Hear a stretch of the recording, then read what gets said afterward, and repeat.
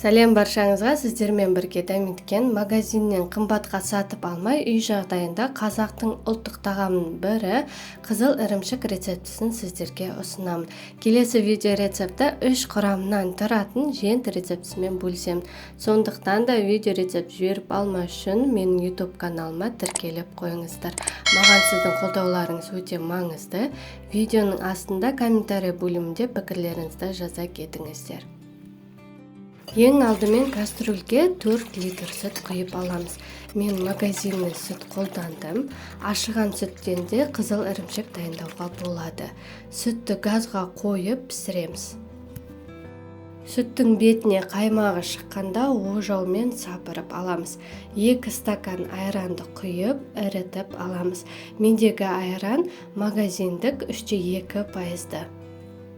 Жақсылап араластырып аламыз. Қақпағын жаппай қайнатамыз. Өзіңіз көріп тұрғандай қайнаған кезде сары суы бөлектене бастайды. Егер сізде сары суы бөлінбесе, онда сіз айранды аз қосып қойғансыздар. Үстіне тағы 1 стакан айран қоссаңыз да болады.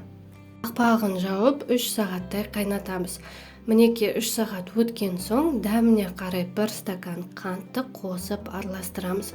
Егер де дәмін тәттілеу қаласаңыз, тағы да 1 стакан қант қоссаңыз да болады. Енді газдың астын азайтып, қақпағын жауып, тағы да 3 сағаттай жай отта қайнатамыз. Қызыл ірімшік дайын болды. Әрі қарай қызыл ірімшікті сүзіп аламыз. Шұңқырлау ыдысты алып, үстіне ситыны қоямыз. Марлы немесе орамал қолдансаңыз болады. Мен марлыны қолдандым. Ірімшікті сүзіп алып, марлаға саламыз. Осы қалған сары суын төгуге асықпаңыздар. Өйткені сары суды құймаққа, бауырсаққа немесе тоқаштарға қолдансаңыздар, олар одан да дәмді болады. Әрі қарай артық суын сығып аламыз. Марлаға орап, бетіне ауыр зат қоямыз. Тарелкамен жауып 2-3 литр банка қойсаңыз да болады. Мен 2 килограмм крупаларды груз ретінде қойып қойдым. Енді бір түнге сол күйінде қалдырып қоямыз. Мінеке бір түн ол тұрды. Енді өзіңіз көріп тұрғандай кескен уақытта ол шашыранып кетпейді. Өзінің формасын ұстап тұр. Осымен қызыл ірімшік дайын болды, ас болсын.